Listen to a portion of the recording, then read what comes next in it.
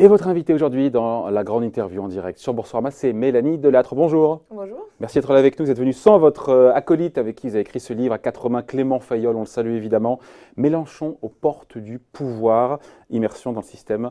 France Insoumise, c'est aux éditions First. Merci d'être là avec nous. Quand on vous lit, on apprend plein de trucs, hein, vraiment. Il ne va pas être content, Jean-Luc Mélenchon, avec votre livre. On comprend que c'est autant, on devait résumer, c'est compliqué de résumer 300 pages, mais il est autant un homme de lettres qu'un homme de chiffres. Voilà, parce qu'on connaît bien le Mélenchon lettré, le tribun, mais nous, en enquêtant… Grand tribun. Grand tribun, qui s'exprime très bien, qui d'ailleurs a beaucoup travaillé cet art. C'est pas inné, on sait qu'il s'est entraîné sur des télés à l'époque à faible audience pour peaufiner son art oratoire.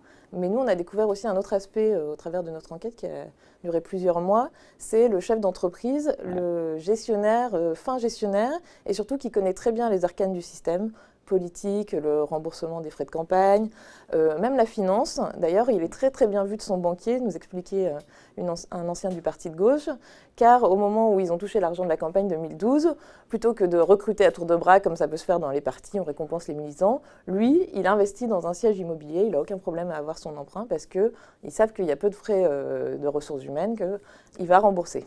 Ouais.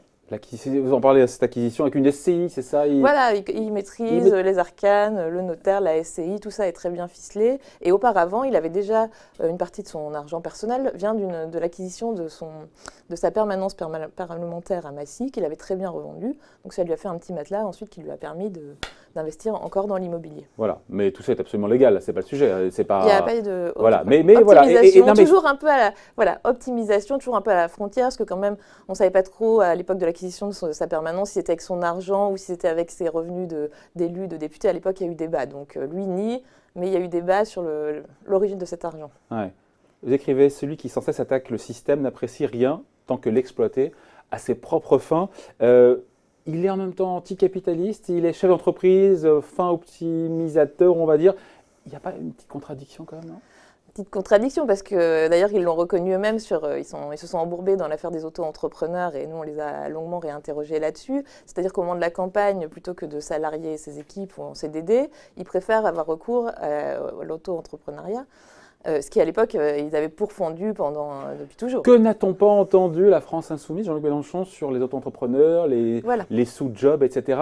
Et encore une fois, parce que ça coûtait moins cher au parti, plutôt que de recruter des permanents en CDI comme c'est parfois l'usage, ou en CDD, il faut payer une prime de précarité. Et donc, à la fin du CDD. Ah bah voilà. Oui. Et donc l'un d'entre eux nous explique, oui, on a hésité, mais finalement on s'est dit, autant s'éviter cette prime, donc prenons des auto-entrepreneurs, comme ça c'est vraiment toujours optimisé. Mais il faut dire aussi qu'ils font des campagnes à faible moyen, parce que moi j'ai travaillé sur l'affaire Big Magnon, on n'est pas du tout dans les mêmes montants. Hein. Oui, mais il y a quand même un double discours, encore une fois, qui est prompt à dénoncer, encore une fois, ceux qui usent et qui abusent des auto-entrepreneurs, et puis derrière…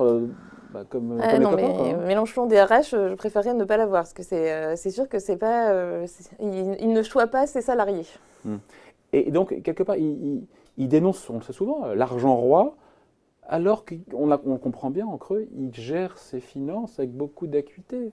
Voilà, et même pendant la campagne, c'est vrai que c'est ce qui aujourd'hui est au cœur d'une investigation judiciaire, c'est-à-dire qu'il aurait Juste après votre livre. Voilà, juste… Ça manque pas de saveur.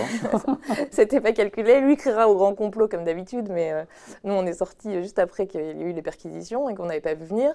Mais en tout cas, ce qui est sûr, c'est que dans les structures autour de lui, plutôt que de faire travailler des gens directement, il a mis des structures, intercalé des structures qui sont aux mains de ses proches, des plus proches, donc Madame Chikirou, et ces structures ont facturé. Alors aujourd'hui, il y a débat sur ces prestations, et ensuite l'État rembourse cet argent. Donc est-ce qu'il a voulu faire payer par l'État plus que ce qu'ont coûté les prestations et mettre un peu de côté en vue de monter la télé, le média, la télé des Insoumis? Ça, c'est une question qui va être investiguée aujourd'hui par les juges. Ouais, parce qu'encore une fois, on comprend bien, c'est une plongée qui est très documentée, plus d'un an, encore une fois, beaucoup de documents, voilà, on est allé 4 fois à la commission des comptes de campagne, on a regardé toutes les factures, c'est vrai que c'est un travail de fourmi. Oui, mais Mélanie Delattre, on n'est pas naïf, les surfacturations, le copinage, etc., voilà, c'est bien, pas bien, c'est pas le sujet, mais on voit ça aussi dans les autres partis. C'est ça finalement, c'est que c'est un parti comme les autres. On a titré, sur un chapitre, on a titré un parti presque comme les autres, parce que c'est vrai que lui-même se revendiquait comme différent. Et d'ailleurs, c'est l'origine de notre enquête, c'est de se dire, cet homme qui était depuis 40 ans au Parti Socialiste, qui est très connu de tout le monde, se présente aujourd'hui comme l'homme du renouveau, l'homme de l'antisystème.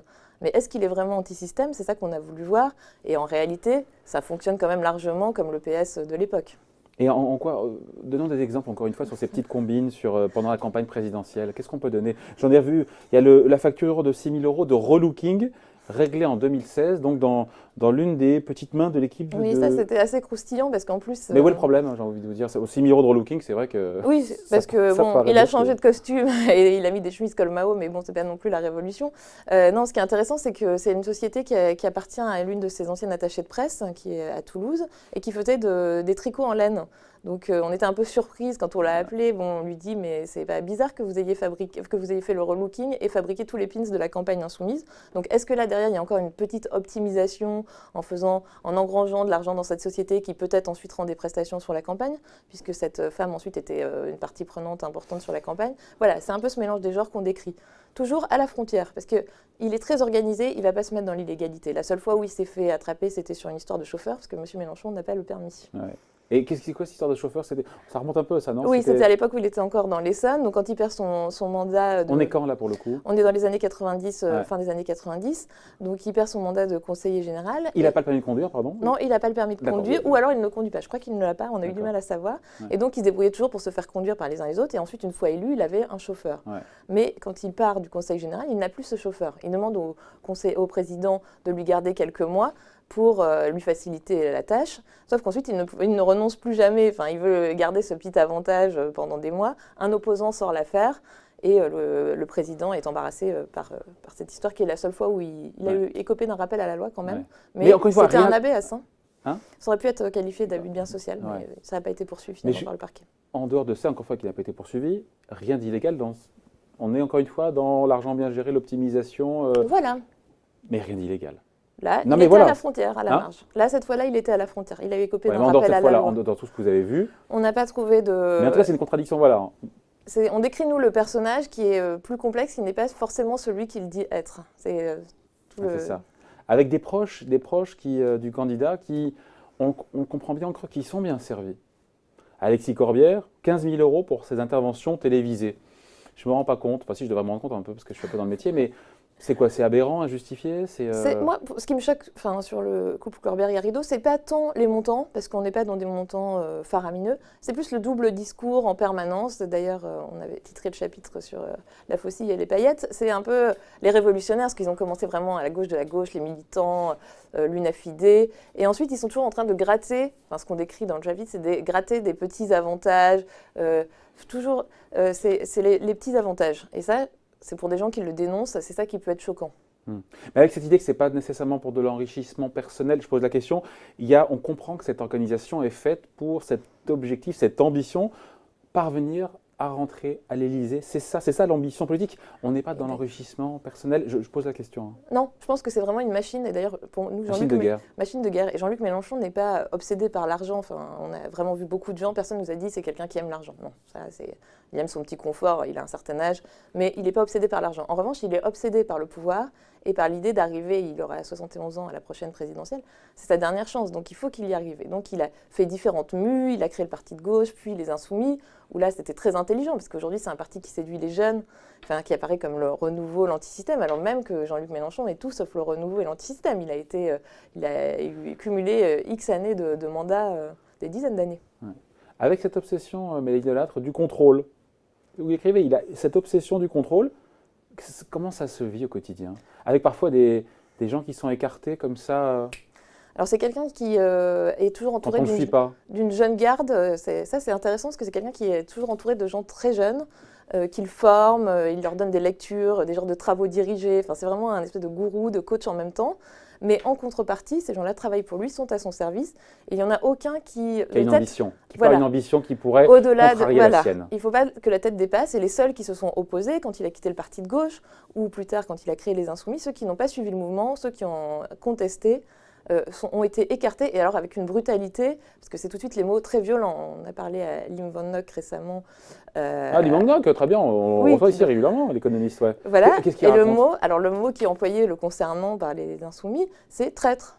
Donc c'est quand même des mots en parlant de Lim. Voilà, qui était socialiste insoumis, je rappelle, et puis qui a quitté le mouvement à l'été parce qu'il trouvait que c'était pas assez démocratique. Donc les mots, c'est traître. Donc on remonte là un peu aux origines trotskistes aussi de Jean-Luc Mélenchon, qu'aujourd'hui il cherche un peu à faire oublier, mais qui sont son logiciel de départ. on est avec lui, on est contre lui. Il n'y a pas de place pour la nuance, c'est vous qui l'écrivez? Oui, non, il n'y a pas de place pour la nuance. Il a un projet politique et il faut être dans ce projet. Il faut consacrer d'ailleurs toute sa vie, toute son énergie. Les gens qui sont autour de lui ne font que ça. Ils vivent pour la politique et il n'y a pas de place pour la contestation. Et d'ailleurs, il l'assume un peu. Il n'est pas pour la transparence, il n'est pas pour le débat interne. Mais c'est quand même un parti qui se présente comme étant justement ouvert, très démocratique. Et la réalité, c'est qu'il est plus fermé que ça. C'est pas l'image qu'il nous en donne. Oui, ça c'est l'aspect extrêmement ingénieux de la création de la France insoumise, qui n'existait pas au parti de gauche, qui avait quand même une vision, on avait une vision un peu sectaire, un peu fermée, bon, avec les communistes. Mais alors la France insoumise, c'est un mouvement nébuleux où on fait beaucoup travailler le militant de base, où on lui donne l'impression que c'est lui qui décide, il peut voter sur Internet, il peut donner son avis. Mais en réalité, c'est l'ingéniosité du système trotskiste quand même, c'est que c'est une garde rapprochée au sommet qui tient les ficelles. D'ailleurs, il n'y a plus dans la France insoumise, il n'y a pas de contre-pouvoir, il n'y a pas d'élection de parti, il n'y a rien. Il y a Jean-Luc Mélenchon et sa garde rapprochée et des gens qui, sur Internet, se rallient, mais qui n'ont aucun pouvoir. Ils ne peuvent pas contester les décisions prises. Bon, Mélenchon porte du pouvoir.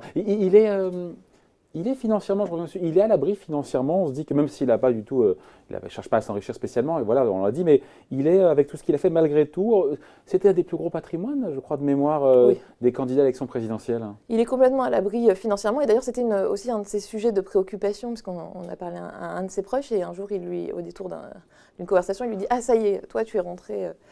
tu es haut fonctionnaire, moi j'ai cumulé suffisamment d'années pour ma retraite de sénateur, on est à l'abri, maintenant on va pouvoir se consacrer entièrement à notre carrière politique sans souci, sans préoccupation matérielle. » Et je pense que c'est un sujet pour lui.